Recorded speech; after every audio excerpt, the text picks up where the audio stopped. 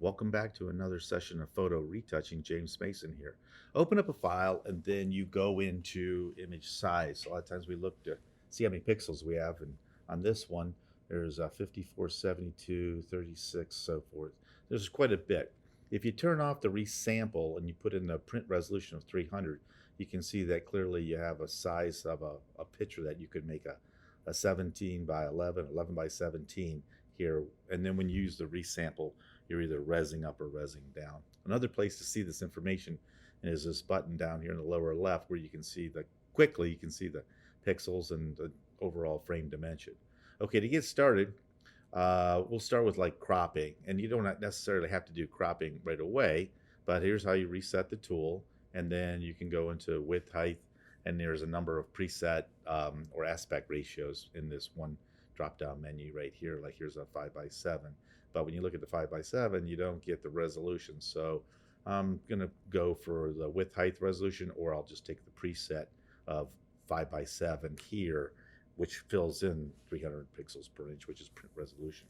There's a little flip button right over here that allows you to change the orientation from portrait to landscape, and then you just kind of look over your picture and find out where exactly you want to put your point of interest in. And then, there's a switch over here for pixel cropped or delete cropped pixels, and that'll save you as a shield. So double click, select it, make a second layer as a safety, zoom in, command plus, command minus, so forth like that. But then let's double check our workspace, make sure we're in photography, and then you can reset your photography there as well. So just reset it, get everything cleaned up. We got a duplicate layer, zoom in, zoom out.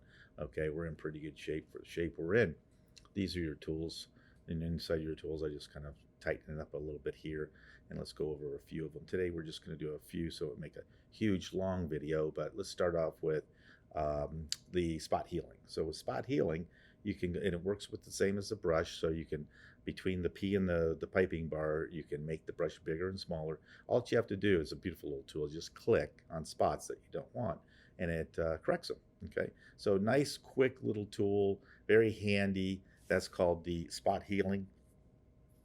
And let's go over a filter.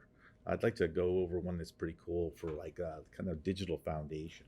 It's called the Camera Raw filter. So you go over to Camera Raw, and it has its own little, oh, well, we got an update. So let's get started on the newest update.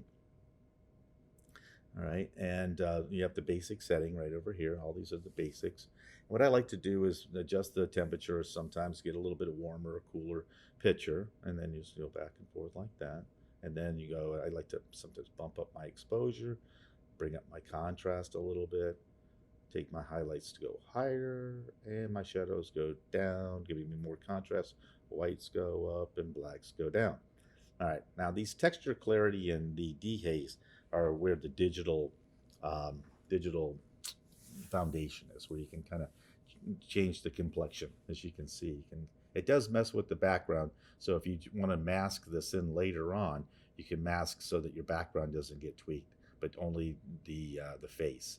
So we'll do that in another lesson. But right now, I just wanted to get you introduced to how texture, clarity, and dehaze can kind of clean up the complexion of the skin. It's really a cool little thing. Vibrance and saturation, obviously, is going to do just that. Can't leave this dialog box without putting on another little effect. So I always go down to my little effects. I just have a problem with this. I got to use my vignette.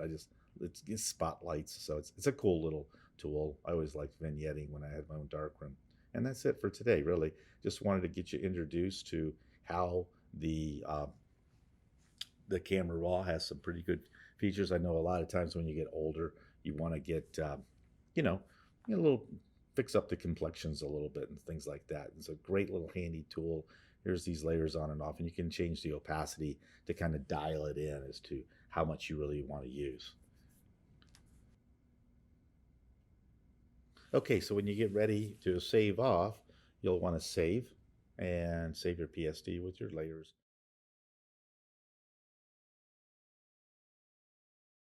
Use your maximize compatibility for later. You'll need that in After Effects. And you want a JPEG for your friends and maybe send it to a printer or something like that. So here's where you go file save as, JPEG, got the name Gray. Thank you, Gray, for all your hard work. And then on this one here, I'll maximize the size. It's a little under a meg, so it's not too big or anything like that.